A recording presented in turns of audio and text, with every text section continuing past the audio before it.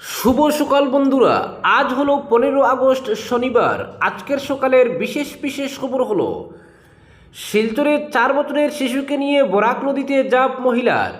শিলচরের অন্নপূর্ণাঘাটে 4 বছরের শিশুকে সঙ্গে নিয়ে মহিলার জাঁপ দেওয়ার ঘটনায় চাঞ্চল্যের সৃষ্টি হয়েছে। ঘটনাস্থল থেকে মহিলা ও শিশুটির জুতো চপ্পল এবং একটি ব্যাগ উদ্ধার করা হয়েছে। ঘটনার খবর পেয়ে পুলিশ ঘটনাস্থলে পৌঁছে তদন্ত শুরু করেছে। পাশাপাশি এসডিআরএফের উদ্ধারকারী দল বরাক নদীতে তল্লাশি অভিযান চালাচ্ছে। স্থানীয় সূত্রে জানা গেছে, মহিলা তার 4 বছরের সন্তানকে সঙ্গে নিয়ে অন্নপূর্ণাঘাট এলাকায় এসেছিলেন। পরবর্তীতে তাদের আর কোনো সন্ধান পাওয়া যায়নি। ঘটনাস্থলে তাদের ব্যবহৃত জিনিসপত্র পড়ে থাকতে দেখা যায়। উদ্ধার হওয়া ব্যাগ থেকে একটি আধার কার্ড পাওয়া গেছে। কার্ডে মালুগ্রাম এলাকার বড়দুধ পাতিল গ্রান্টের ঠিকানা উল্লেখ রয়েছে। নাম রয়েছে দিয়া আকুড়া। পুলিশ উদ্ধার হওয়া সামগ্রীগুলি নিজেদের হেফাজতে নিয়ে ঘটনার বিভিন্ন দিক খতিয়ে দেখছে। একই সঙ্গে এসডিআরএফের দল নিখোঁজ মহিলা ও শিশুটির সন্ধানে বরাক নদীতে তল্লাশি চালিয়ে যাচ্ছে। পরবর্তী খবরটি হল, পাতারকান্দিতে ধারা 163 জারি, 5 বা ততোধিক ব্যক্তির জমায়েতে নিষেধাজ্ঞা। স্বাধীনতা দিবসকে সামনে রেখে আইন শৃঙ্খলা পরিস্থিতির অবনতির আশঙ্কায় শ্রীভূমি জেলার পাথারকান্দি সহ জেলার পাথারকান্দি সার্কল এলাকায় ভারতীয় নাগরিক সুরক্ষা সংহিতার ধারা 163 জারি করেছে প্রশাসন। বৃহস্পতিবার সহ জেলা কমিশনার সপ্তমী এন্দো এর স্বাক্ষরিত নির্দেশে এই নিষেধাজ্ঞা অবিলম্বে কার্যকর করা হয়েছে এবং পরবর্তী নির্দেশ না দেওয়া পর্যন্ত তা বলবৎ থাকবে। প্রশাসনের নির্দেশ অনুযায়ী পূর্বানুমতি ছাড়া 5 বা ততোধিক ব্যক্তির জমায়েত সম্পূর্ণ নিষিদ্ধ করা হয়েছে। একই সঙ্গে র্যালি, মিছিল, ধর্না, পদযাত্রা কিংবা বিক্ষোভ কর্মসূচি আয়োজনের ক্ষেত্রেও সংশ্লিষ্ট কর্তৃপক্ষের লিখিত অনুমতি বাধ্যতামূলক করা হয়েছে। নির্দেশে আগ্নেয়াস্ত্র, প্রাণঘাতী অস্ত্র, ধারালো অস্ত্র, লাঠি, তলোয়ার, বর্ষা, ইট পাথর সহ অস্ত্র হিসেবে ব্যবহার করা যেতে পারে এমন কোনো বস্তু বহনের পর নিষেধাজ্ঞা জারি করা হয়েছে। সামাজিক যোগাযোগ মাধ্যমেও কড়া নজরদারি থাকবে। হোয়াটসঅ্যাপ, ফেসবুক সহ বিভিন্ন মাধ্যমে গুজব, ভুয়ো খবর কিংবা সাম্প্রদায়িক বিদ্বেষ ছড়াতে পারে এমন কোনো পোস্ট, প্রচার বা বার্তা প্রকাশ নিষিদ্ধ করা হয়েছে। পাশাপাশি উস্কানিমূলক বক্তব্য, উত্তেজনাপূর্ণ স্লোগান এবং ধর্মীয় অনুভূতিতে আঘাত হানতে পারে এমন মন্তব্য আচরণ থেকেও বিরত থাকার নির্দেশ দিয়েছে প্রশাসন। তবে জরুরি পরিষেবা ও সরকারি দায়িত্ব পালনের ক্ষেত্রে কিছু ছাড় রাখা হয়েছে।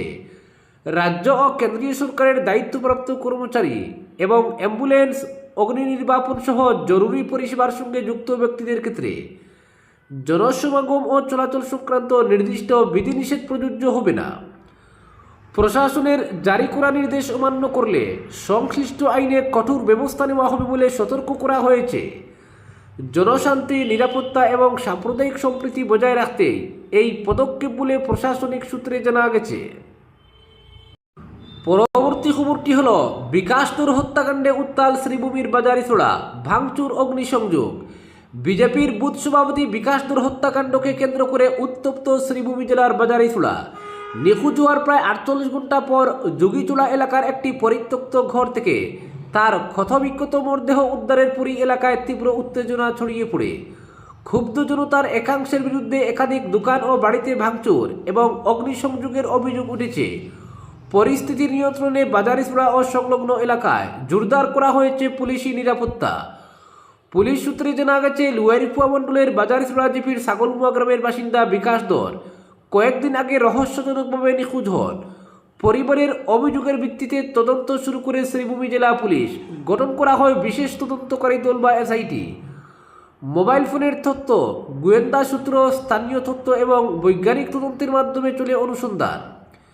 শুক্রবার যোগীছড়া এলাকার একটি পরিত্যক্ত ঘর থেকে বিকাশ দূরের মরদেহ উদ্ধারের পর খবর ছড়িয়ে পড়তে বাজারিছড়া, ছাগলমুয়া ও আশপাশের এলাকায় শোক ও ক্ষোভ ছড়িয়ে পড়ে।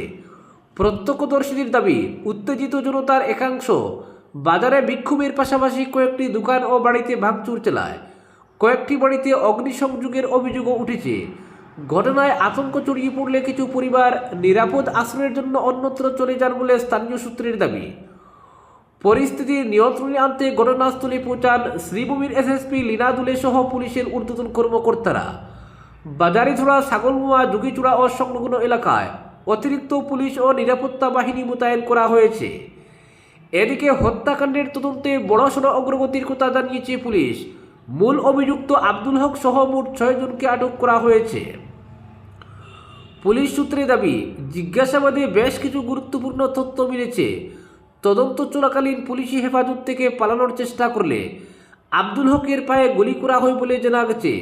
পরে গুলিবিদ্ধ অবস্থায় তাকে হাসপাতালে ভর্তি করা হয়। এসএসপি লীনা দুলে জানান, বিকাশ তোর নিখোঁজ হওয়ার পর থেকেই ঘটনাটিকে গুরুত্ব দিয়ে তদন্ত চালানো হয়। ফরেনসিক আলামত, কল ডিটেলস, ডিজিটাল তথ্য এবং প্রত্যক্ষদর্শীদের বয়ান খতিয়ে দেখা হচ্ছে। এই ঘটনায় আরও কারো সম্পৃক্ততা রয়েছে কিনা তাও তদন্ত করে দেখা হচ্ছে। সিনিয়র পুলিশ সুপার স্পষ্ট জানিয়েছেন, হত্যাকাণ্ডে জড়িত কাউকেই রেহাই দেওয়া হবে না।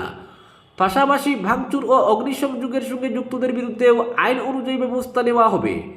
তিনি সাধারণ মানুষকে গুজবে কান না দিয়ে শান্তি ও সম্প্রীতি বজায় রাখার এবং প্রশাসনকে সহযোগিতা করার আবেদন জানান।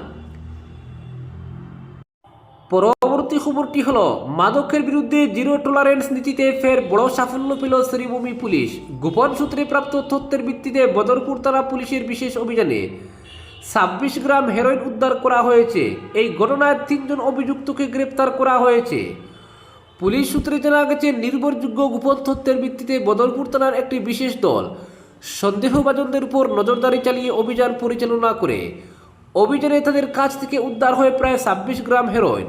পরে আইনানুগ প্রক্রিয়া মেনে মাদক দ্রব্যটি বাজেয়াপ্ত করা হয় এবং 3 অভিযুক্তকে গ্রেপ্তার করা হয়। গ্রেপ্তার হওয়া ব্যক্তিদের জিজ্ঞাসাবাদ চলছে। এই মাদক কোথা থেকে আনা হয়েছিল এবং এর সঙ্গে আর কারা জড়িত রয়েছে তা খতিয়ে দেখতে তদন্ত শুরু করেছে পুলিশ। মাদক পাচার চক্রের মূল হোতাদের শনাক্ত করতে অভিযান অব্যাহত রয়েছে। শ্রীভূমি পুলিশ জানিয়েছে, জেলার সর্বত্র মাদক বিরোধী অভিযান আরও জোরদার করা হবে। সমাজকে মাদকের অভিশাপ থেকে মুক্ত রাখতে এবং সাধারণ মানুষের নিরাপত্তা নিশ্চিত করতে পুলিশ সর্বদা দৃঢ় প্রতিজ্ঞ। ভবিষ্যতেও এ ধরনের অভিযান ধারাবাহিকভাবে চলবে বলে জানানো হয়েছে। পরবর্তী খবরটি হল, ধলাই বিধানসভা এলাকার ভাগাবাজার গ্রাম পঞ্চায়েতে সরকারি ঘর ও বিভিন্ন সরকারি প্রকল্প পাইয়ে দেওয়ার আশ্বাস দিয়ে একাধিক মহিলার কাছ থেকে টাকা নেওয়া এবং দীর্ঘদিন ধরে হয়রানির অভিযোগ উঠেছে। অভিযোগকারী রুনা বেগম জানান, তাকে সরকারি ঘর পাইয়ে দেওয়ার আশ্বাস দিয়ে প্রথমে 8,000 টাকা নেওয়া হয়। পরে পারিবারিক সমস্যার সমাধানের কথা বলে আরও 2,500 টাকা আদায় করা হয়। কিন্তু এত টাকা দেওয়ার পরও তিনি আজ পর্যন্ত কোনো সরকারি ঘরের সুবিধা পাননি বলে দাবি করেছেন। অন্যদিকে আয়ারুন্নেসা অভিযোগ করেন, সরকারি ঘর পাইয়ে দেওয়ার প্রতিশ্রুতি দিয়ে তার কাছ থেকে 15,000 টাকা নেওয়া হয়, কিন্তু দীর্ঘ সময় পেরিয়ে গেলেও তিনি কোনো সরকারি সুবিধা পাননি। এছাড়াও আফতারুন্নেসা অভিযোগ করেন, সরকারি ঘর পাইয়ে দেওয়ার আশ্বাস দিয়ে গত 5 বছর ধরে তাকে বিভিন্নভাবে হয়রানি করা হচ্ছে। বারবার আশ্বাস দেওয়া হলেও বাস্তবে কোনো সুবিধা মেলেনি বলে তার দাবি। শুক্রবার মহিলারা বাগাবাজার আঞ্চলিক পঞ্চায়েত সদস্যার প্রতিনিধি সাবির আহমেদের দ্বারস্থ হয়ে অভিযোগগুলো তুলে ধরেন। অভিযোগকারী মহিলাদের বক্তব্য অনুযায়ী তারা সরকারি বিভিন্ন কল্যাণমূলক প্রকল্প এমনকি অরুণোদয় প্রকল্পের সুবিধা থেকেও বঞ্চিত রয়েছেন। সরকারি অনুদান পাইয়ে দেওয়ার নামে বিভিন্ন সময়ে বিভিন্ন অঙ্কের টাকা দাবি করা হয়েছে এবং বছরের পর বছর ধরে তাদের হয়রানি করা হয়েছে বলে অভিযোগ। আজকের বিশেষ সংবাদ এখানেই সমাপ্ত।